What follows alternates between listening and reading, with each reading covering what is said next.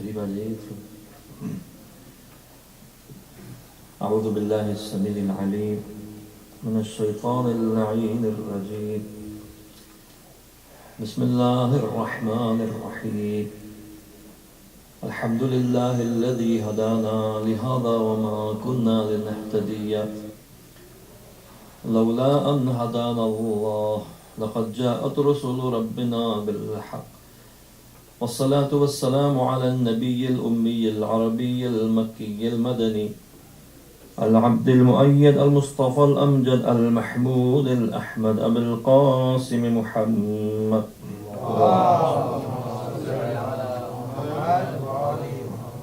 وعلى أهل بيته الطيبين الطاهرين المعصومين المظلومين الذين أذهب الله عنهم الرجس وطهرهم تطهيرا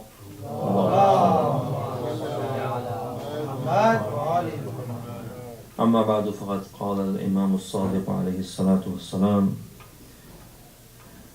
قال إبليس 5 أشياء ليس لي فيهن حيلة وسائر الناس في قبضتي. گفتگو ولایت کے باب میں شروع خلقت سے آج تک، اور یہ سلسلہ جو ولایت کا جاری ہے، اللہ اور بندوں کے درمیان جو رشتہ ولایت ہے، جو اس میں قرار پائے وہ محبت کی وادیوں میں داخل ہوتا ہے، اور قرب الہی کو ولایت الہی کہتے ہیں، ولایت اللہ، جس منصب پر بنیادی طور پر رسول ختمی مرتبہ حضرت محمد مصطفیٰ صلی اللہ علیہ وسلم فائز ہیں، جو کہ قرب محض ہے اور محبت کی انتہائی منزل ہے، اور ان کے واسطے سے اور ان کے اہل بیت علیہ السلام کے واسطے سے باقی انسانوں کے لیے بھی یہ راستہ کھلا۔ انبیاء کرام علیہ السلام، جیسا کہ روایات ائمہ میں موجود ہے، ان سے جو پروردگار نے وعدہ لیا وہ بھی ولایت اہل بیت کے سلسلے میں تھا، اور انبیاء علیہ السلام سے جس نصرت کا تقاضا اللہ تبارک و تعالیٰ نے کیا تھا وہ نصرت ولایت کے سلسلے میں تھی۔ جو میثاق، جو قرار پائی خدا اور اس کے انبیاء کے درمیان، پروردگار عالم عز و جل اور اس کے انبیاء کرام کے درمیان جو میثاق ہوا، میثاق یعنی جو عہد ہوا، عہد اور میثاق جو ہوا وہ اس ولایت مطلقہ جو کہ آخری رسول کے آنے سے متعلق ہے، کہ جو جب وہ آئیں گے، ایک تو یہ کہ ہر نبی اپنی قوموں کو بشارت دے آخری نبی کی آمد کی، اور اسی طرح ان کے اہل بیت کے سلسلے میں اپنے قوموں کو، اپنے لوگوں کو ان سے متعارف کرائے، اور انہی کے صدقے میں سارے انبیاء کی دعائیں قبول ہوئی، انہی کے صدقے میں انہوں نے خود وہ مقامات حاصل کیے جو انبیاء علیہ السلام کو ملے، اور انہی کے واسطے سے، انہی کے وسیلے سے انبیاء نے اپنی قوموں کی ہدایت کی، ہر قوم کو اسی راستے پہ چلانے کی کوشش کی جو راہ ولایت ہے۔ اور ہم نے ولایت کی تعریف یوں کی کہ ولایت ایک رشتہ ہے پروردگار عالم اور اس کی مخلوق کے درمیان۔ یہ رشتہ محبت کا رشتہ ہے۔ ابتدا میں ہر انسان جو اہل بیت کی طرف رخ کرتا ہے تو وہ اپنی ضرورتوں کو پورا کرنے کے لیے ہوتا ہے، چاہے وہ دنیا کی ضرورت ہو یا آخرت کی ضرورت ہو۔ مثلاً یہ بھی کہا گیا کہ بعض لوگ جو ان کے دل ٹوٹتے ہیں اہل بیت سے جو توسل کرتے ہیں، وہ اپنی دعاؤں کو پورا کرنے کے لیے۔ ابتدا میں ہر انسان اپنے آپ کو دیکھ رہا ہوتا ہے، اپنی ضرورت اور حوائج کو پیش کر رہا ہوتا ہے، ان کے واسطے سے چاہے دنیاوی ضرورتیں ہوں یا اخروی ضرورتیں وہ اہل بیت کے آستانے سے پروردگار سے طلب کر رہا ہوتا ہے کہ وہ مجھے مل جائے. لیکن جیسے انسان اہل بیت کو پہچانتا ہے اور اس مکتب سے وابستہ ہوتا ہے، یعنی ولایت کو سمجھتا ہے، اور وہ سمجھتا ہے کہ سود و زیاں ایک طرف، بلکہ جو چیز اس کے بعد خدا اور اس کے بندے کے درمیان ہے وہ بندے کا سود نہیں ہے بلکہ پروردگار کی محبت ہے. پروردگار کی محبت ہے جو بذات خود عزیز ہے، بذات خود محبوب ہے. کربلا کے شہیدوں کے القاب ہیں: السلام علیکم یا اصفیاء اللہ، السلام علیکم یا احباء اللہ، السلام علیکم یا اولیاء اللہ. جبکہ ہم عام طور پہ جب الفاظ اولیاء کا استعمال کرتے ہیں ہماری مراد ائمہ علیہ السلام ہوتے ہیں، لیکن جو زیارات موجود ہیں اس میں کئی زیارتوں ہیں: احبا، اودہ، اولیاء اللہ. یعنی آپ لوگ ولایت الہی کے مرتبے پر ہیں. ولایت الہی تو منصب ہے جو رسول اکرم اور ائمہ اہل بیت علیہ السلام کو حاصل ہے. تو ان کو آپ کیسے خطاب کرتے ہیں ولایت الہی سے، اولیاء اللہ سے؟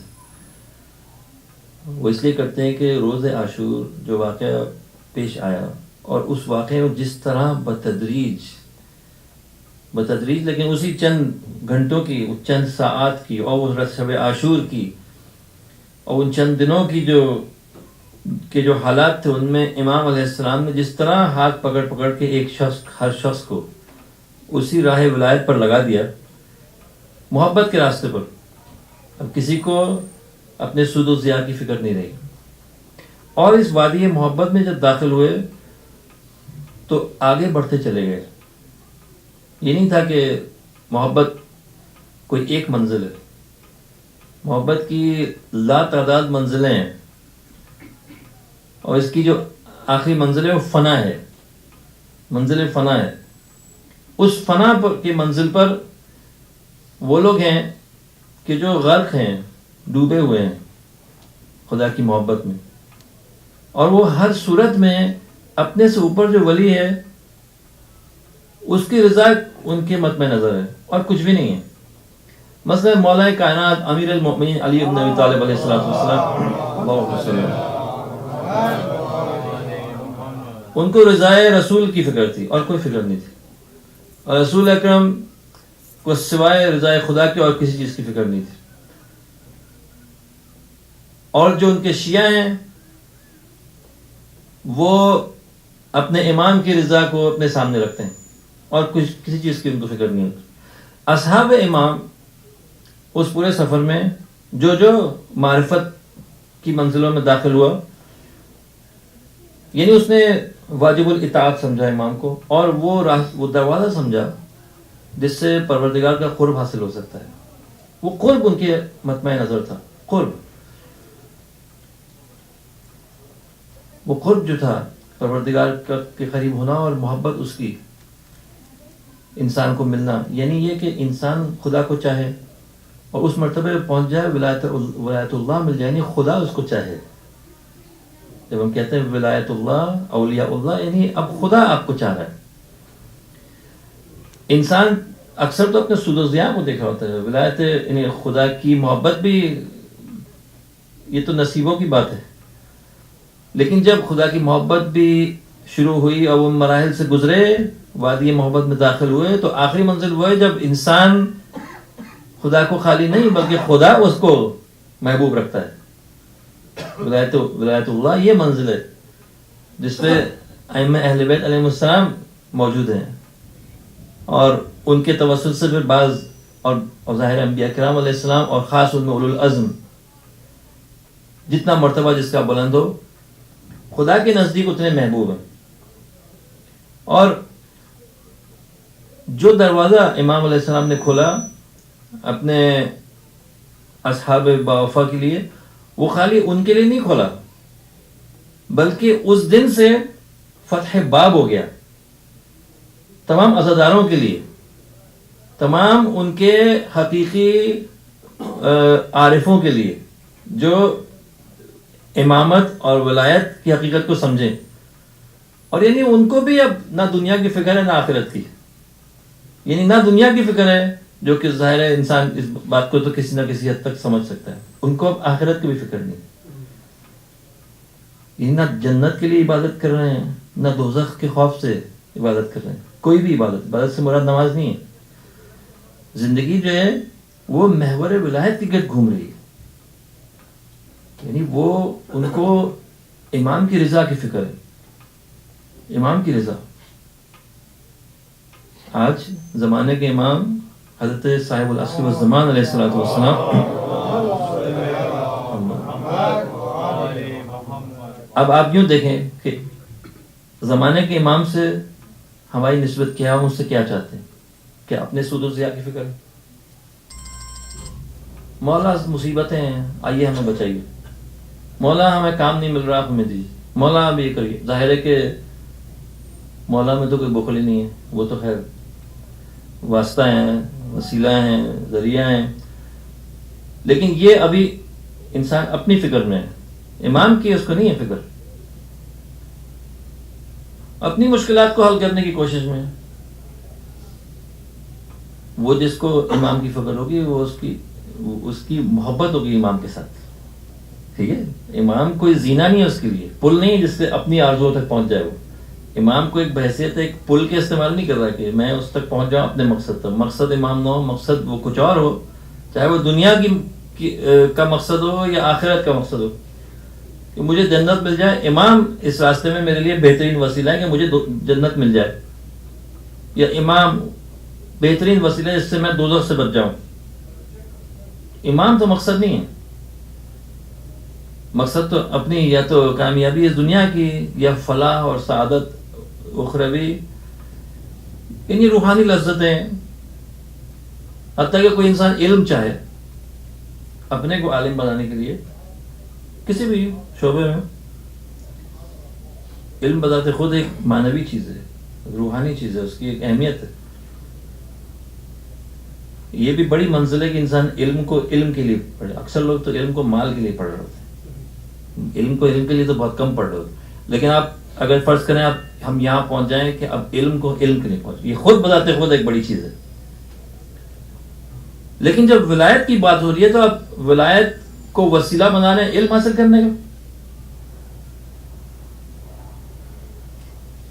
یا کہ علم وسیلہ ہونا چاہیے ولایت کو حاصل کرنے کا، علم حاصل کرنا چاہیے انسان کو محبت امام تک پہنچنے کے لیے، یعنی پہلے آپ کے دل میں، ہمارے دل میں محبت ہو، وہ بڑھتی چلی جائے یہاں تک کہ آپ امام توجہ کرنے لگے، آپ کو وہ توجہ کرنے لگے آپ کے دل کی طرف، آپ کے دماغ کی طرف، ٹھیک ہے، اور پھر ہمارے افعال کی طرف اور ہمارے خیالات کی طرف، ہمارے مقاصد کی طرف، اور وہ دیکھیں کہ آپ کے مقاصد ان کے مقاصد سے ملتے چلے جا رہے ہیں، یعنی آپ کا کوئی مقصد نہ رہ جائے سوائے امام کے مقصد کے، اور جو ان کی مرضی ہو وہ آپ کی مرضی بن جائے۔ دیکھیے جب آپ فنا ہو جائیں گے اس ذات میں جو کہ فنا ہے رسول کی ذات میں، اور جو کہ فنا ہے خدا کی ذات میں، تو آپ فنا ہو جائیں گے خدا کی ذات میں، جب آپ فنا ہو جائیں گے خدا کی ذات میں تو محبوب الہی بن جائیں گے۔ تو اس میں تو سفر بڑا لمبا سفر ہے، اگر انسان اس کو جیسے انگلش میں کہتے ہیں بریک ڈاؤن، اگر ان کے مراحل کو اگر آپ لکھنا شروع کریں شاید بہت سارے مرحلے بن جائیں، وہ یقیناً ہیں، لیکن عاشورہ وہ دن ہے اور واقعہ کربلا وہ واقعہ ہے جس میں یہ مراحل امام نے بڑی تیزی سے طے کرا دیے اپنے اصحاب کو۔ دیکھیے ہر صحابی کے کنارے جا کر آپ وہ دن جو ہے اس کی سختیاں کوئی کم تھیں جو اب ہر شخص کے، ہر صحابی اور ہر فداکار فدائی جو تھا اس کے سرانے آ کر امام بیٹھیں اور اس کو دنیا سے رخصت کریں، یہ کیا تھا معاملہ؟ اور ہر شخص جو روانہ ہو رہا ہے میدان کی طرف، امام اس کو گلے لگا کر ایک خاص طریقے سے ہر ایک کو تیار کر رہے ہیں میدان میں جانے کے لیے، ایک خاص طریقے سے ہر شہید کے ساتھ جو رفتار جو گفتگو نظر آتی ہے وہ ڈیفرنٹ ہے، مختلف ہے، کسی کو اجازت مل رہی ہے، کسی کو دیر سے مل رہی ہے، کسی کو کوئی خاص ہدایت کی جا رہی ہے، کسی کو روکا جا رہا ہے، ہر ایک کو۔ پھر وہ جب جا رہے ہیں امام کی نظر ہے، وہ آخری مرحلے میں جب پہنچ رہے ہیں، جب مدد کے لیے پکار رہے ہیں، جناب حور بھی اسی طرح سے کہ جو آخری مرحلے میں اب پہنچ رہے ہیں وہ، اب یہ کون ہے حور جس کی وجہ سے اتنی تکلیفیں ہوئی سب کو، جس کی وجہ سے وہ پیاس اور وہ خوف اور وہ اضطراب اور ہر چیز جو لاحق ہوئی، جب وہ گرے ہوں گے، زخمی ہوئے ہوں گے، وہ سوچ رہے ہوں گے کہ کیا ہوئی میری بخشش نہیں ہوئی، میں نے جو کیا ایسا نہیں تھا کہ کوئی وہ شروع میں ہی توبہ کر کے آ گئے ہو، کافی چیزیں ہونے کے بعد جناب حور اس طرف آئے ہیں. ذمہ داری بہت ہے گردن پہ، اور کس کی ذمہ داری؟ کوئی عام بھی نہیں، پیغمبر اسلام کے پورے خاندان کی ذمہ داری اور اسلام کی ذمہ داری ہے. بہت چیزیں ہیں اور آہستہ آہستہ اس کا احساس انہیں ہوتا جا رہا ہے. اور یہ سب ان کے ذہن میں ہوگا جب وہ، کیا امام میری طرف توجہ کریں گے؟ کیا امام میری طرف توجہ کریں گے؟ اس وقت ایک دم سے امام کی موجودگی محسوس کرتے ہیں اپنے گرد، امام کے وجود کی جو گرمی ہے وہ محسوس کرتے ہیں اپنے برابر. اور امام علیہ السلام وہ اس وقت وہ رومال آپ کو باندھتے ہیں. کیوں ہے یہ سب توجہ ہر ایک شخص پہ اس طرح سے کیوں توجہ ہے؟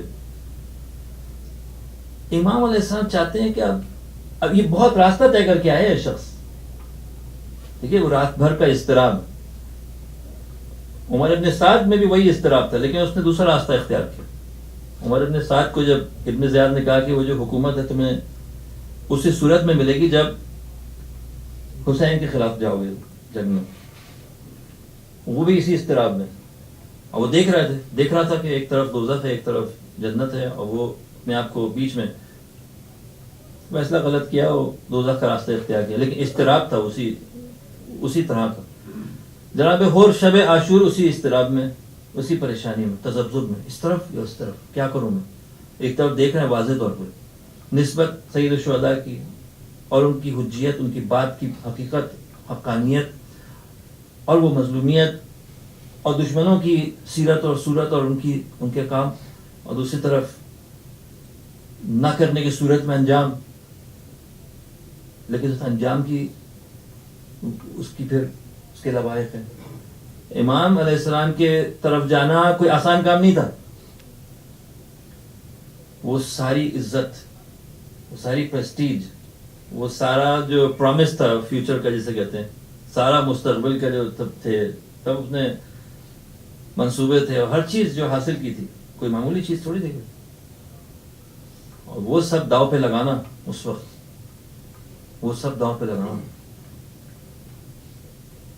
اپنی عزت و آبرو کا سودا کرنا تھا. تو امام کی نظر میں تو آبرو مند ہو جاتے یقیناً، لیکن وہ سارا لشکر جو تھا اس کی نظر میں گر جاتے، ایک لمحے میں گر جاتے. کچھ یعنی اس کے بعد صلوات پڑھی امام پر،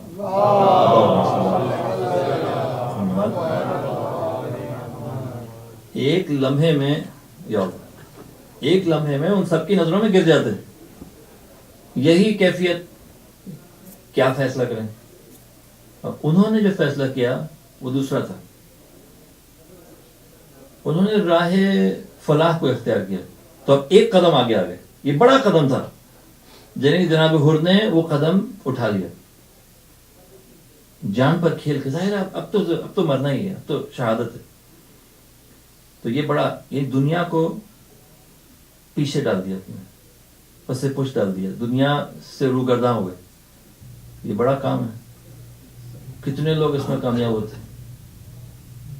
بڑے بڑے لوگ جو ہیں اس امتحان میں ناکام ہو جاتے ہیں. چھوٹی چھوٹی دنیا کی چیزوں کے لیے. بڑی بات جان تو خیر، اور وہ سب مناسب اور وہ سب شہرت اور ہر چیز، یعنی اور مستقبل کے جو سارے امیدیں اور آرزویں اور سب چیزیں، کتنے لوگ اس میں کامیاب ہوتے ہیں؟ بہت ہی کم، بہت ہی کم.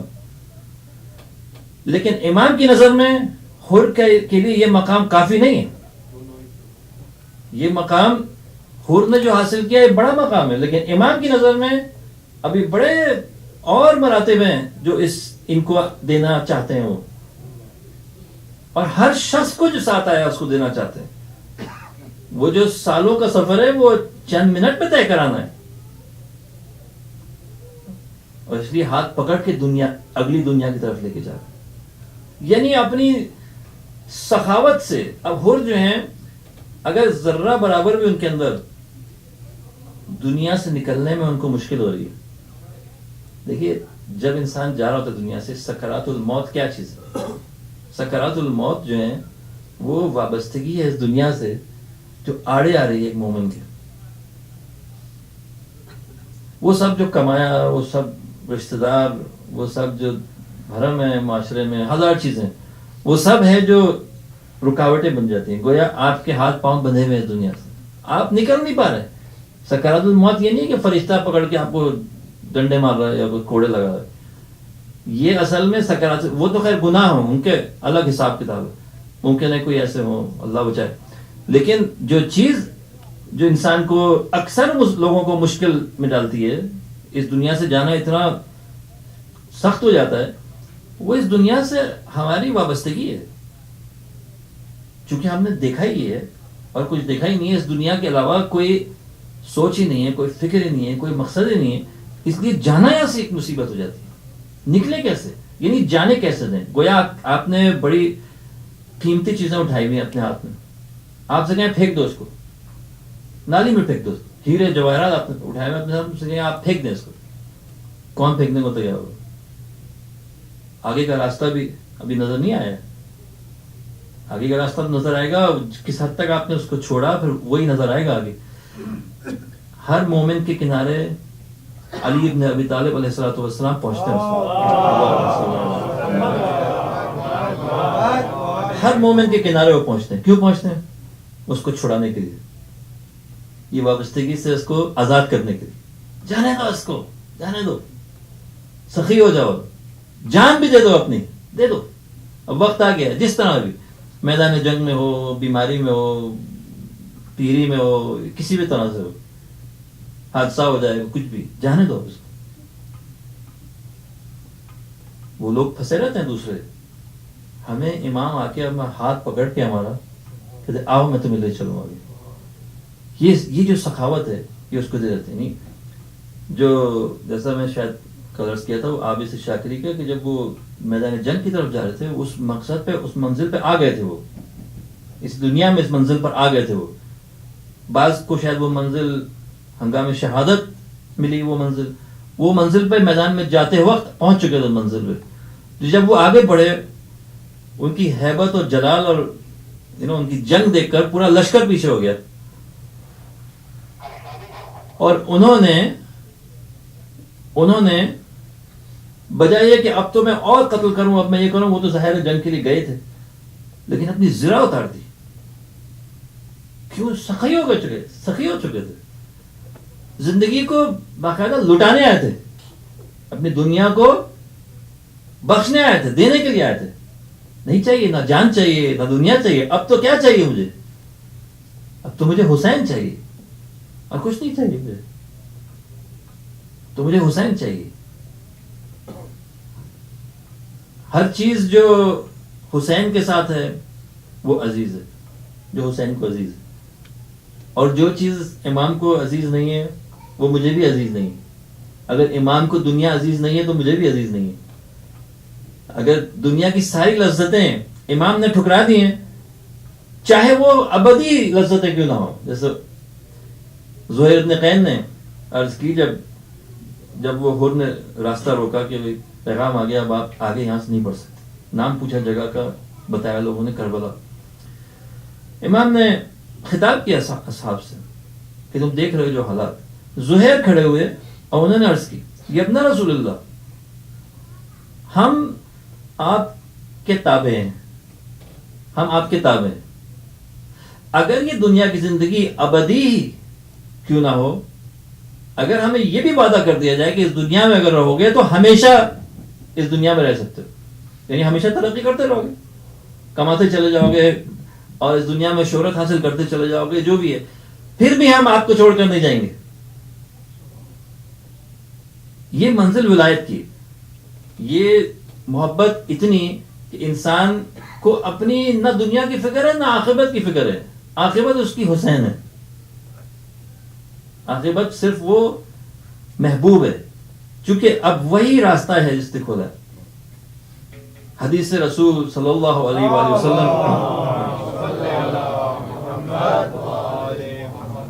کہ میری اہل بیت کی مثال اس دروازے کی ہے جو بنی اسرائیل کے لیے اللہ تبارک و تعالیٰ نے، باب حطۃ بنی اسرائیل، قرآن میں اس کا ذکر ہے کہ جب موسیٰ بنی اسرائیل کو لے کر مصر سے چلے اور فلسطین کی طرف، تو جب پہنچے اس شہر ارض مقدس، جب پہنچے تو ایک دروازہ تھا وہاں پہ، پروردگار عالم نے حکم دیا کہ ہر شخص اس دروازے سے گزرے گا اور اس دروازے پر سجدہ کرے گا اور کہے گا حطۃ۔ حطۃ کیا چیز ہے؟ یعنی گر جائیں۔ کیا چیز گر جائے؟ گناہ گر جائیں، ہر چیز گر جائے میری، ختم ہو جائے۔ اور جو یہ کہہ کر لفظ حطۃ کہہ کر اس دروازے سے اندر چلا جائے گا، اس کو اجازت ہے اور اس کی مغفرت ہے اور وہ صحیح راستے پر۔ بعض لوگ جو تھے انہوں نے نافرمانی کی، مذاق اڑانے کے لیے، پیغمبر کی توہین کرنے کے لیے، انہوں نے حطۃ کے بجائے لفظ بدل کے انہوں نے کہا حنطۃ، اس کو کہتے ہیں گندم کو، یعنی روٹی کا سب، یعنی یہ سب تضحیک کے لیے، سب استہزاء کے لیے۔ جب یعنی لوگ سمجھتے نہیں یہ ایک لفظ کہنا اس کا کیا مقصد ہے، سمجھتے ہیں یہ ایک لفظ میں یوں کہہ دوں کیا فرق پڑتا ہے۔ جو ہمارے شرعی احکام ہیں توقیفی ہیں، یعنی اس میں سارے جو ہیں خاص طریقے سے، جیسے نسخہ ہے ڈاکٹر کا، بعض ڈاکٹر حضرات نسخہ بھی ایسی رائٹنگ میں لکھتے ہیں کہ کوئی پڑھ ہی نہیں سکتا اس کو سوائے فارماسسٹ کے۔ آپ کوشش بھی کریں، الٹا کریں، سیدھا کریں، آپ کو سمجھ میں نہیں آئے گا کیا لکھا ہوا ہے، وہ لیکن ہے ایک خاص لفظ ہو۔ اگر آپ غلط پڑھ رہے ہیں اس کا مطلب نہیں کہ وہ دوا بدل جائے گی، وہ دوا وہی ہے جو خاص اس نے لکھی ہے، وہ پڑھنے والا سمجھے گا اس کو۔ احکام شرعی بھی اسی طرح سے خاص طریقے سے کہا گیا فلاں چیز فلاں وقت اس طرح سے ہوگی، اتنا حق ہے فلاں چیز کا آپ کو دینا ہے، اتنا مال پہ اتنا ہے، فلاں دن آئیں گے تو اتنا روزہ رکھنا ہے، فلاں حج جانا ہے اتنا دور اس طرح سے کرنا ہے۔ اسی لیے ہم سوالات کے جوابات مجتہدین سے پوچھتے ہیں، کیونکہ بعض چیزیں دیکھنے میں بظاہر ایک صورت میں لگتی ہیں، لیکن اگر ہم اپنی عقل لگائیں تو وہ بالکل غلط ہو جائے گا۔ اس لیے قانون تو ویسے بھی عقل سے سمجھنے کی چیز نہیں ہے۔ تو کہتے ہیں آپ ذرا لاجک بتائیے فلاں حکم کی، لاجک اس میں نہیں اپلائی ہوتی ہے، لاجک اپلائی ہوتی ہے عقائد میں، لاجک اپلائی ہوگی اور چیزوں میں، میتھمیٹکس میں اپلائی ہوگی، اور چیزوں میں لاجک اپلائی ہوگی۔ لاجک یہاں نہیں اپلائی ہوتی احکام شرعی میں، قوانین میں لاجک تھوڑی اپلائی ہوتی ہے، حتیٰ کہ ملک کے قوانین میں لاجک نہیں اپلائی ہوتی ہے۔ وہ تو دیکھتے ہیں کتنے لوگوں نے کہا کہ اس قانون کو لیجسلیٹ کریں، کتنے کا نہیں، ووٹنگ ہوتی ہے، اور ووٹنگ کے بیسس کیا ہوتا ہے، مصلحتیں ہوتی ہیں، ریسرچ ہوتی ہے، جو بھی ہوتی ہے۔ دیکھیے قانون گزار جو ہوتے ہیں وہ جانتے ہیں کہ قانون کیوں پاس کیا جائے، وہ جا کے ووٹ ہوتا ہے، اس کے بعد وہ قانون پاس کر دیا۔ جو ہم اور آپ جب گاڑی چلا رہے ہوتے ہیں ہمیں تو پتہ بھی نہیں ہوتا یہ قانون جو ہے یہ کیوں بنا ہے۔ اس سڑک پر اسپیڈ لمٹ 60 کیوں ہے، اور تھوڑے سے آگے جائیں اسپیڈ لمٹ 45 کیوں ہوگی، ہمیں تو پتہ ہی نہیں۔ اب پولیس ہمیں روکے تو ہم یہ حجت پیش کر سکتے ہیں کہ بھائی ہمیں تو سمجھ میں نہیں آئی، آپ ریڈ لائٹ پر پہنچے، آپ کو ریڈ نہیں پسند کیا، ریڈ پہ روکیں، آپ چلتے چلے جائیں، آپ کو روک لے پولیس والا کہ بھائی مجھے نہیں سمجھ میں آتا ریڈ لائٹ پہ کیوں روکتے ہیں، میرے خیال میں تو یلو لائٹ پہ روکنا چاہیے، اورنج لائٹ پہ روکنا چاہیے، کیا اس کی حکمت ہے آپ مجھے سمجھائیے پہلے، پھر میں قانون کے معاملے میں کوئی اگر مگر نہیں ہوتا، نہ کوئی دلیل، نہ کوئی ریزننگ، نہ کوئی لاجک، یہ تو عمل ہے۔ تو اب ریزننگ کے فیز سے آپ گزر چکے، ریزننگ کا فیز تھا کہ آپ اسلام قبول کریں یا نہ کریں، کیا قرآن حجت ہے یا نہیں ہے۔ قرآن اترتے ہوئے نہ آپ نے دیکھا نہ میں نے دیکھا، نہ جبرائیل سے آپ کی ملاقات ہوئی نہ میری ملاقات ہوئی، نہ آپ اس وقت موجود تھے جب وہ کتاب اتر رہی تھی، پیغمبر دو عالم حضرت ختمی مرتبہ صلی اللہ علیہ وسلم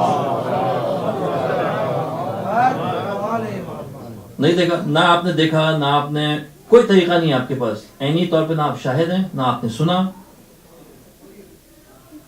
اور صدیاں گزر چکی ہیں۔ تو اب آپ کس بیسس پہ، کس بنیاد پہ آپ کہہ رہے ہیں قرآن جو ہے کتاب خدا ہے؟ آپ کہیں بھائی میں کتاب کو پڑھا، لگ رہی ہے کتاب خدا کی کتاب، ٹھیک ہے، یہ شاہد ہو سکتا ہے، کتاب کے مضمون جو ہے اس سے انسان اندازہ کر سکتا ہے یقیناً کہ بھائی کلام خدا خود شاہد ہے، ایک اعجاز ہے، ایک معجزہ ہے، اس کا کلام جو ہے، اس کے عبارات بھی، اس کے الفاظ بھی، اس کے معانی بھی یقیناً اور کوئی نہیں پیدا کر سکا. لیکن اس سے بڑھ کر آپ اپنی عقل استعمال کرتے ہیں، یہ کیا ہو سکتی ہے کسی آدمی کی لکھی ہوئی کتاب؟ یعنی فرض کریں کتاب بہت زبردست ہے، کیا یہ ممکن نہیں ہے کہ اس شخص نے جس نے نبوت کا دعویٰ کیا انہوں نے خود لکھ دی ہو یہ کتاب؟ بہت سے لوگ کہتے ہیں کہ بھائی کتاب بہت زبردست ہے، لیکن انہوں نے محمد صلی اللہ علیہ وسلم نعوذ باللہ خود لکھ دی تھی اپنے ہاتھ سے. صلوات پڑھی اللہ.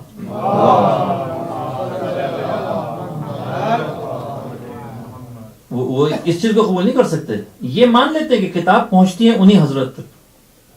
یعنی یہ بات ثابت ہے کیونکہ نسلاً بعد نسلیں مسلمان، ہر نسل کے مسلمان سارے اسی کتاب پر اتفاق رکھتے ہیں.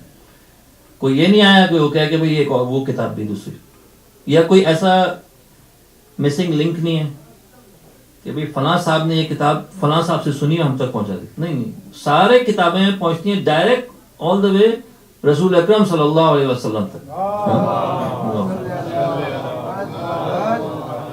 اس میں شبہ نہیں ہے.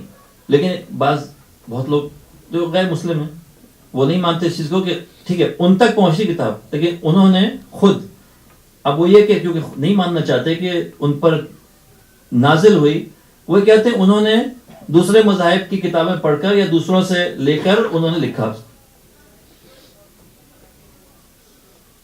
خود اس بات سے غافل ہیں کہ عیسائیوں میں بھی بہت سے فرقے ہیں، موحد بھی گزرے ہیں اور ابھی بھی بعض ہیں. اس زمانے میں زیادہ تھے، آج بہت زیادہ ان کے یہاں شرک پھیل گیا ہے، بہت زیادہ راستے بھٹک گئے ہیں. اس زمانے میں موحدین بہت تھے. چنانچہ تاریخی شواہد کے مطابق جو سرزمین حجاز تھی اور طور سینا کا علاقہ تھا، وہ علاقہ وہاں پہ ایسے راہب آ کر آباد ہوئے تھے جو ایک خدا کی پرستش کرتے تھے.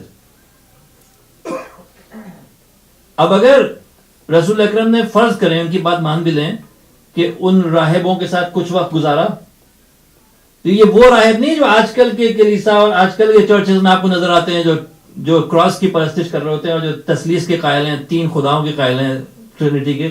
یہ اس طرح کے نہیں تھے وہ. اور اس کی بھی بہت زیادہ شواہد موجود ہیں، دلائل موجود ہیں تاریخی. کہیں بھی تصدیق نہیں کی رسول اکرم نے ٹرینٹی کی، کہیں بھی نہیں کی. لیکن اس میں کون سا عیب ہے کہ پیغمبر اسلام صلی اللہ علیہ وسلم ایسے راہبوں کے ساتھ جو خدا پرست تھے، جو اس حضرت عیسیٰ علیہ السلام کے صحیح دین کے وارث تھے اس زمانے تک، ایام فترت میں، جو کہ 450-500 سال کا عرصہ، جس میں کوئی نبی نہیں آیا. عیسیٰ علیہ السلام کے بعد سے لے کر حضور اکرم تک تقریباً 500 سال کا عرصہ تھا، اس میں کوئی نبی نہیں آیا.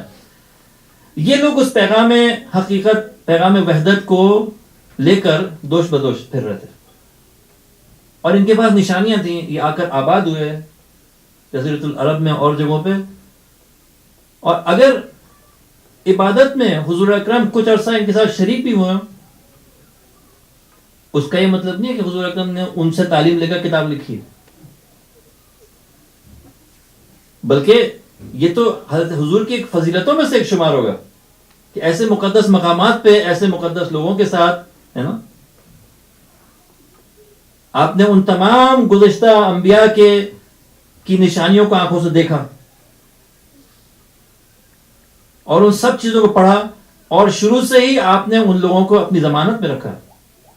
ایسے لوگ جن کو خطرہ لاحق تھا، حضور اکرم نے اپنی ذاتی گارنٹی دی ان کی سیفٹی کے لیے، ان کی سیکیورٹی کے لیے. عہد نامے رسول اکرم کے عیسائیوں کے ساتھ بہت سارے موجود ہیں کتابوں میں. حضور اکرم نے عیسائیوں کو ضمانت دی ان کی سلامتی اور حفاظت کے لیے کہ کبھی بھی کوئی مسلمان ان کے عبادت گاہوں کو نقصان نہیں پہنچائے گا، ان کے راہبوں کو زبردستی نہیں نکالے گا. کوئی مسلمان زبردستی ان کی عبادت گاہوں پہ اپنے راہب مقرر نہیں کرے گا، اور کوئی ان پر زبردستی نہیں کی جائے گی، وہ اپنی مرضی سے خود عبادت کریں گے. کیوں تھا یہ شیوا رسول اکرم کا؟ خیر، عقلی طور پہ پہلے انسان سمجھتا ہے اس بات کو کہ یہ رسول اکرم کیا ہو سکتا تھا، یہ کتاب انہوں نے خود لکھی ہو، ممکن نہیں تھا. کوئی تاریخ میں نہیں ملتی کوئی بھی ایسی دلیل کہ بھئی آپ کہہ سکیں کہ خود انہوں نے لکھا اپنے ہاتھ سے کچھ یا پڑھا. عوام کی نظر میں یہ بات ہے. عوام اس زمانے کے اگر جانتے کہ ان کو لکھنا پڑھنا آتا ہے تو اگر اس جاہل عوام کی نظر میں اگر وہ ایک دن کتاب خدا لے کر آتے وہ کہتے کہ ان کو تو پہلے ہی آتا تھا لکھنا, انہوں نے خود لکھ دیا ہے نا. اس وجہ سے وہ ان کو پیغمبر نہ مانتے. ایک شخص جو ایسے شہر میں پلا بڑا جہاں نہ کوئی یونیورسٹی ہے, نہ وہاں پہ درسگاہ ہے, نہ دینی درسگاہ ہے, نہ دنیاوی درسگاہ ہے. لکھنے پڑھنے والے لوگ بھی پورے مکے میں شاید 17 تھے جن کو بنیادی خط آتا تھا, یعنی لکھ سکتے تھے کچھ کاغذ پر بغیر نقطوں کے. اب سوچیے اب کوئی لفظ اگر کوئی جملہ لکھا ہو پورا اس میں نقطے نہ ہو تو کیا بنے گا, کیا حال بنے گا, آپ کیا پڑھیں گے اس کو. الفاظ کے معنی تو نقطوں کی وجہ سے آتے. اسی لیے جو حدیث میں ہمیں ملا یہ خوبصورت جملہ کہ تمام تفسیر قرآن کریم سورہ مبارکہ فاتحہ میں پوشیدہ ہے, اور سورہ مبارکہ فاتحہ کی تفسیر جو ہے جملہ بسم اللہ الرحمن الرحیم میں موجود ہے, اور بسم اللہ کی پوری تفسیر اور اس کی معانی اور حقیقت جو ہے وہ بائے بسم اللہ میں موجود ہے. اور مولا کائنات نے فرمایا کہ میں اس با کا دختہ ہوں.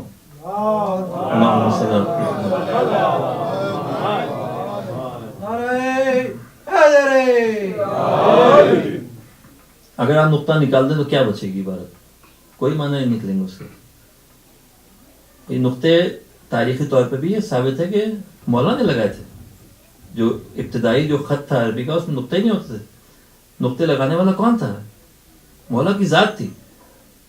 ظاہری طور پہ بھی آپ نے عربی خط میں نقطے لگائے, اور باطنی طور پہ اور حقیقت میں بھی آپ قرآن کے معنی پہنچانے والے ہیں.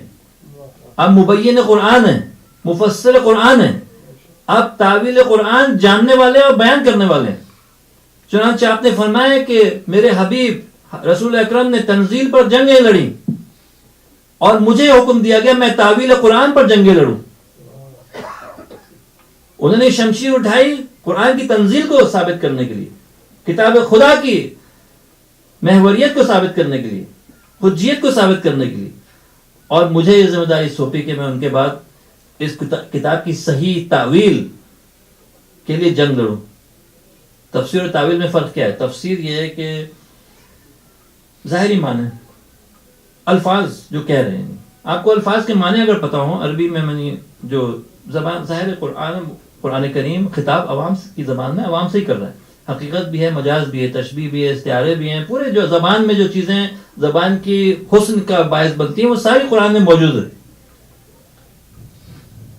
تعویل یہ ہے کہ اس سے مراد کیا ہے, کون شخص مراد ہے, کون سا واقعہ مراد ہے, یہ فضیلت کس کی بتائی جا رہی ہے.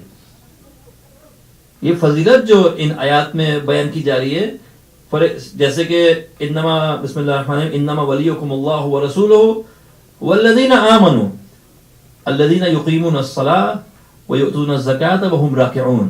صلوات. میں بس اس روایت پہ بات ختم کروں کہ جب یہ نازل ہوئی آیت, میں نے ایک ذکر پہلے کیا تھا اس آیت کا, انگوٹھی کا واقعہ, لیکن احادیث میں یہ ملتا ہے ہمیں کہ یہ ایک ہی واقعہ نہیں تھا, اور وہ شخص جو سائر دروازے پر آیا تھا وہ ایسے کوئی معمولی شخص نہیں تھا, وہ ایک فرشتہ تھا, اور جو خاتم جو انگلی دی تھی, انگوٹھی دی تھی, وہ خاتم سلیمان تھی جو رسول مولا کائنات امیر المومنین علیہ الصلوۃ والسلام نے بخشی تھی. صلوات پڑھی ہو. چنانچہ جب کہا انما ولیکم اللہ تو حدیث امام جعفر صادق علیہ الصلوۃ والسلام میں ملتا ہے ہمیں کہ انما ولیکم اللہ سے کیا مراد ہے. ولیکم اللہ یعنی انما یعنی اولا بکم ای احق بکم وبامورکم وانفسکم واموالکم اللہ ورسولہ. تم پر اور تمہارے اموال پر, تمہارے جانوں پر تم سے زیادہ حق جو ہے خدا اور اس کے رسول کا ہے. انما ولیکم اللہ سے مراد تھی, ولیکم اللہ تمہارے ولی جو ہے اللہ اور رسول ہے, اس سے مراد یہ تھی. والذین آمنوا یعنی علی و اولادہ. والذین آمنوا دیکھیے شروع میں تو اللہ ہے پھر رسول ہو, اس کے بعد ہے والذین آمنوا، والذین عربی میں جمع کا صیغہ ہے، والذین آمنوا، اور وہ لوگ جو ایمان لے آئے. بعض لوگ پوچھتے ہیں اگر یہ مولا علی کے متعلق ہے تو یہ جمع کا صیغہ کیوں ہے؟ یہ کہیں کہ اور وہ ایمان والا کہیں، والذی آمن کہیں، لیکن یہاں کہا جا رہا ہے والذین آمنوا، وہ ایمان والے. حالانکہ اس کی عربی میں نظیر ملتی ہے، بعض اوقات ایک شخص کی بات ہو رہی ہوتی ہے لیکن جمع کا صیغہ استعمال ہوتا ہے، اور کئی نظیریں قرآن میں موجود ہیں. لیکن تعویل قرآن جو یہ حدیثیں جو ائمہ سے ہم تک پہنچی، اس میں اس کی حقیقت مل رہی ہے. تعویل کیا چیز ہے؟ حقیقت اس کی، یعنی خارج میں اس کی کون سی مصداق کیا ہے. اس کا مصداق اس آیت میں اس حدیث کے مطابق فرما رہے ہیں کہ والذین آمنوا یعنی علی و اولادہ، یعنی اور وہ ایمان والے تم پر ولایت رکھتے ہیں. وہ کون ہے؟ علی اور ان کی اولاد. الائمہ الی یوم القیامہ، ائمہ علیہ السلام 12 امام ہیں لیکن ان کی ولایت قیامت تک موجود ہے. اللہم صلی اللہ. پھر اللہ تعالیٰ کو تعالیٰ فرمایا کہ پھر اللہ نے ان کی توصیف یوں فرمائی، ثم وصفهم اللہ عز وجل فقال الذین یقیمون الصلاة ویؤتون الزکاة، یہ وہ ایمان والے ہیں جو نماز قائم کرتے ہیں اور زکوٰۃ ادا کرتے ہیں رکوع کی حالت میں. اب پھر یہ سوال پیدا ہوتا ہے رکوع کی حالت میں مولا علی تھے، باقی ائمہ کیا، وہ کیسے زکوٰۃ رکوع کی حالت میں دیں گے؟ وَكَانَ أَمِيرُ الْمُؤْمِنِينَ فِي صَلَاةِ الظُّهْرِ. اب جہاں تک مولا علی کا تعلق ہے یہ اور بھی روایت موجود ہے کہ ظہر کی نماز میں تھے وہ، وَقَدْ صَلَّى رَكْعَتَيْنِ وَهُوَ رَاكِعٌ، 2 رکعت آپ نے ظہر کی پڑھ لی تھی، دوسری رکعت کے رکوع میں آپ تھے. وَعَلَيْهِ حُلَّةٌ، اور آپ اپنے اوپر ایک پوشاک تھی آپ کے جو آپ نے پہنی ہوئی تھی، قیمتها 1000 دینار، 1000 دینار اس کی قیمت تھی جو پوشاک آپ نے پہنی ہوئی تھی. وَكَانَ النَّبِيُّ كَسَاهُ إِيَّاهَا، رسول اکرم نے وہ پوشاک، وہ جو ابا تھی یا ردا تھی جو آپ نے، حلہ جو باہر کا لباس ہوتا ہے اوپر کے پہننے کا، خوبصورت لباس تھا. پیغمبر اسلام نے مولا علی کو کہا تھا یہ پہنو، یہ کہاں سے آیا رسول اکرم کے پاس؟ وَكَانَ النَّجَّاشِي أَهْدَاهَا لَهُ، نجاشی جو حبش کا حکمران تھا اس نے تحفتاً یہ حلہ، یہ رسول اکرم کو یہ لباس بھیجا تھا. لَهُ فَجَاءَ سَائِلٌ، اب رکوع کی حالت میں مولا اس ردا کو اپنے اوپر پہنے ہوئے ہیں، یہ مہنگی 1000 دینار کی ردا اپنے اوپر پہنے آپ. اور اس وقت سائل نے آ کر کہا، سائل کوئی معمولی شخص نہیں تھا، اس نے فقال السلام علیک یا ولی اللہ، خطاب مولا علی کو کیا تھا، خالی سارے مسلمانوں کو نہیں کیا تھا. اب یہ خاص روایت ہے، اے خدا کے ولی، وَأَوْلَى الْمُؤْمِنِينَ مِنْ أَنفُسِهِمْ، اور وہ جس کو مومنین پر اپنی جانوں سے زیادہ ولایت حاصل ہے. من انفسہم تصدق علی مسکین، صدقہ عنایت کریں ایک مسکین کو. ٹھیک. فطرح الحلہ الیہ، اور اس نماز کی حالت میں آپ نے اپنے دوش پر سے وہ جو حلہ تھا وہ آپ نے گرا دیا زمین پر. وأومأ بیدہ الیہ، آپ نے پھر اس کو اشارہ کیا آ کر، ان احملھا، آ کے اس کو اٹھا لے. عبادت کے دوران آپ نے اشارہ فرمایا آ کر اس کو اٹھا کے لے جا. فانزل اللہ عز وجل فیہ ہذہ الآیہ، اس واقعے پر پروردگار عالم نے یہ آیت نازل فرمائی، انما ولیکم اللہ ورسولہ والذین آمنوا الذین یقیمون الصلاة ویؤتون الزکاة وهم راکعون. صلوات پڑھیں.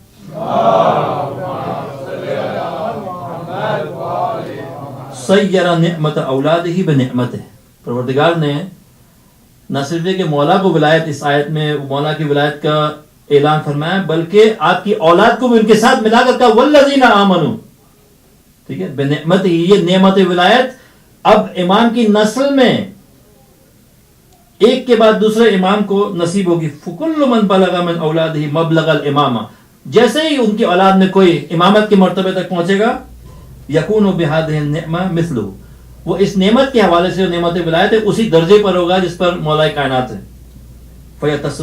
فیتصدقون وہم راکعون، اور وہ صدقہ دیا کرے گا رکوع کی حالت میں، رکوع کی حالت میں، اور امام جو صدقہ دیا کرے گا وہم راکعون. والسائل الذی سأل امیر المؤمنین علیہ السلام، اور وہ سائل جو دروازے پر آیا جس نے مولا علی سے صدقے کے لیے درخواست کی علیہ السلام، وہ کون تھے؟ علیہ السلام من الملائکہ، وہ فرشتوں میں سے تھا سائل. وہ ایک فرشتہ تھا جو انسانی شکل میں آیا سب کے سامنے. صحیح. والذین یسألون الائمہ من اولادہ یکونون من الملائکہ. اور وہ بھی سائل جو ہر دور کے امام کے حضور آ کر رکوع کی حالت میں آپ سے صدقہ خیرات مانگیں گے، وہ بھی ملائکۃ اللہ ہوں گے، جن کو ہر نماز، ہر امام جو ہے اپنی نماز میں رکوع کی حالت میں صدقہ کرے گا. اور یہ آیت کا مصداق بنے گا. دوبارہ صلوات پڑھیں گے. یہ جو منصب ولایت، ظاہر ہے یہ کہنے کو تو ایک واقعہ ہے جو کہ پیش آیا، لیکن ہمیشہ آیت قرآن کسی واقعے سے منسوب ہو جاتی ہے، اس لیے کہ امام وہ مظہر پیش کرتے ہیں اس واقعے میں اللہ کے اسماء کا، اللہ تبارک و تعالیٰ کے اسماء الہیہ اور صفات خدا اور افعال الہی کا ایک تجسم ہوتا ہے اس دنیا میں، اس لیے وہ آیت کا مصداق بنتا ہے، اسی کو ہم تعویل کہتے ہیں. چنانچہ جب بھی والذین آمنوا کی قرآن میں بات ہو رہی ہے، اس کا بہترین مصداق ائمہ ہے، اور جب بھی کسی کی مذمت کی جا رہی ہے وہ ائمہ کے دشمن ہیں، اس لیے کہ ان کے اعمال میں اس کا مصداق ظاہر ہوا. بغض اہل بیت میں کیوں اہل بیت کو شہید کیا گیا، کیوں یزید ان کے خلاف اس حد تک پہنچا. بھائی دیکھیے، یزید کے لیے اگر یزید کو حسد تھی یا دشمنی تھی تو اس کی بہت سی صورتیں تھیں. آپ کو مثلا قید میں رکھ دیتے یا پابندیاں لگا دیتے آپ کی نقل و حرکت پر، یا عوام سے بات کرنے پر پابندی لگا دیتی کہ آپ کسی سے بات نہیں کر سکتے. ایسا کیوں ہوا کہ آپ کے قتل کے در پہ ہو گیا فوراً؟ یعنی ابھی آپ مدینے میں ہیں اور وہیں آپ کو قتل کرنا چاہتے ہیں. مکے میں اسیسینیٹ کرنے کی، وہاں پہ مکے میں طواف کے دوران امام کو قتل کرنا چاہتے، جس کی وجہ سے امام تشریف لے آئے، باہر نکلا شہر سے.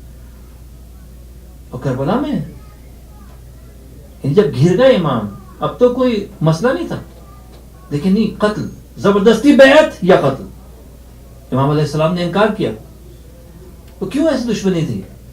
یہ لوگ ایسے تھے کہ جو یعنی اہل بیت کی وجود کو اپنے لیے خطرہ سمجھتے تھے، جو کہ یہ جانتے تھے کہ عوام کی نظر میں اور قرآن کی نظر میں اور احادیث کی نظر میں، جن کو کہ تمام تر کوششوں کے باوجود ان احادیث کو مٹا نہیں سکے، اور وہ جو کہ علم رکھتے ہیں، وہ جو کہ معرفت رکھتے ہیں قرآن کی، وہ سب جانتے ہیں کہ رسول اکرم نے حسن و حسین کے لیے کیا فرمایا.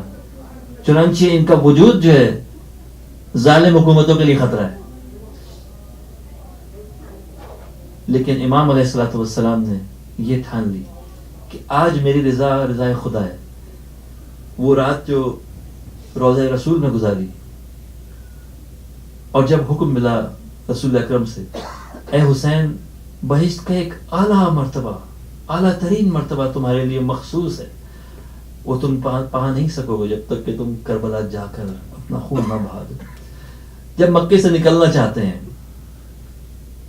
ابن عباس نے آ کر امام سے پوچھا، یا ابن رسول اللہ، عراق کیوں جاتے ہیں؟ وہ لوگ آپ کے وفادار نہیں، آپ کے بابا کے ساتھ اور آپ کے بھائی کے ساتھ دغا کر چکے ہیں.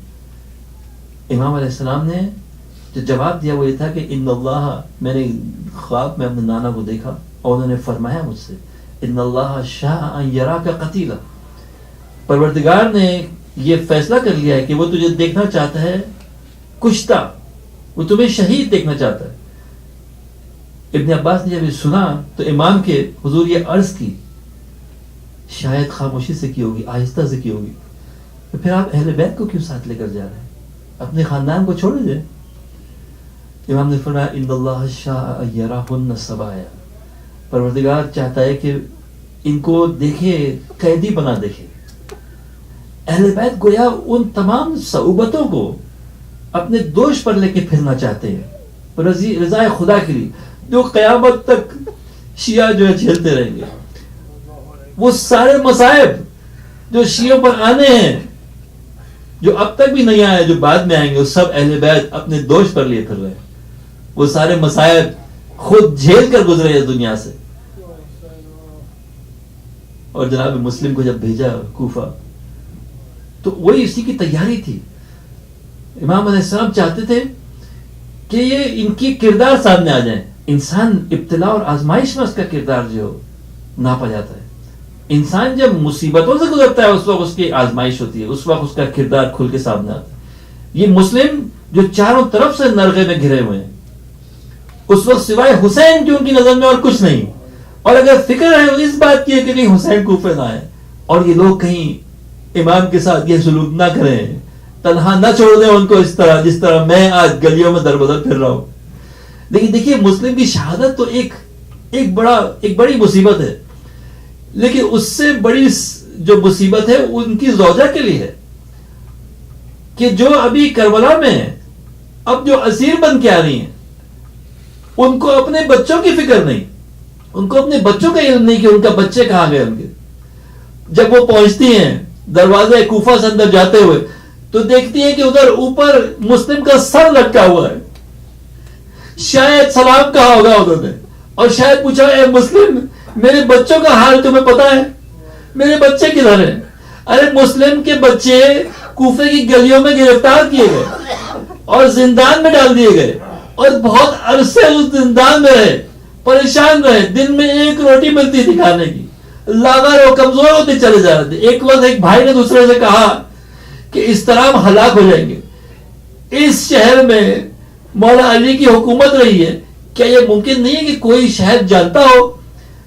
جب انہوں نے عرض کی زندان باندھ سے تو اس نے پہچانا, دروازہ کھول دیا. بچے اب زندان سے باہر نکل آئے, اب در بدر پھر رہے جیسے بابا در بدر پھر رہے تھے. اب یہ مسلم کے بچے اسی طرح, لیکن یہ چھوٹے ہیں, یہ خود اپنا دفاع نہیں کر سکتے. آخر دشمنوں کے حلقے میں پھنس گئے, اور جب نہر کے کنارے وہ شقی ان بچوں کو لے کر آیا تو ایک کہتا تھا پہلے مجھے ذبح کر, دوسرا کہتا نہیں پہلے مجھے ذبح کر. آخر جب انہیں ذبح کیا گیا, ان کے لاشیں اس دریائے فرات میں پھینک دیے گئے, اور وہ سر اٹھا کر جب وہ ابن زیاد کے دربار میں لے کر آیا, اور جب اس نے دکھایا کہ یہ بچے یہ وہی ہیں جن کے لیے انعام تو نے مقرر کیا تھا, ابن زیاد دیکھ کر خوف سے کھڑا ہو گیا اور پھر بیٹھا, پھر کھڑا ہو گیا. اس نے کہا تم اتنے چھوٹے بچوں کو قربان کرتے ہوئے تمہارا دل نہیں دہلا, تم ان کو اسیر کر کے میرے پاس لے آتے. اس کے بعد حکم دیا کہ اس شخص کو لے جا کر اسی جگہ ذبح کیا جائے. ارے اس ماں سے کوئی پوچھے, لیکن میں کہتا ہوں مائیں تو وہ تھی کہ جن کی آنکھوں کے سامنے بچوں کو ذبح کیا گیا. ارے وہ رباب جس کا علی اصغر ابھی تک کبھی میدان میں نہیں گیا تھا, کبھی لوگوں کے سامنے نہیں گیا تھا, خود اس کو بنا کے سوار کے میدان قتل گاہ کی طرف بھیج رہی ہیں, کیونکہ پتہ نہیں اس بچے پر کیا گزرے, کیا اسے پانی ملے گا کہ نہیں ملے گا. اللہ لعنت اللہ علی القوم الظالمین وسيعلم الذين ظلموا أي منقلب ينقلبون. بارہا زمانے کے ایمان کے ظہور میں تعجیل فرما, بارہا ہمیں مومنین و مومنات کی حفاظت فرما, رہبر کی حفاظت فرما, مرض تقلید کو طول عمر عطا فرما. بارہا ہمیں مقامات مقدسہ اور روزوں کی حفاظت فرما, حوزات علمیہ اور محققین اور محدثین کی حفاظت فرما. بارہا پیغام اہل بیت کو دنیا میں پھیلا دے, ہمیں اس کا ذریعہ بنا, ہمیں توفیق دے کہ ہم اس دین کا پیغام علوم اہل بیت کی ترویج کر سکیں. یا حسین